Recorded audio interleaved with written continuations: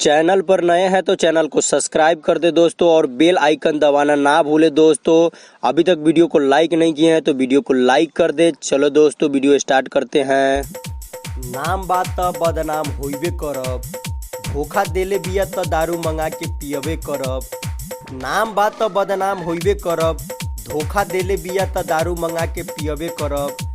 भले उ जिला जीत के न छोड़ देले बिया, भले उ जिला जीत के न छोड़ देले बिया, लेकिन जहिया बारात आई तहिया डोली में गोली मारबे करब।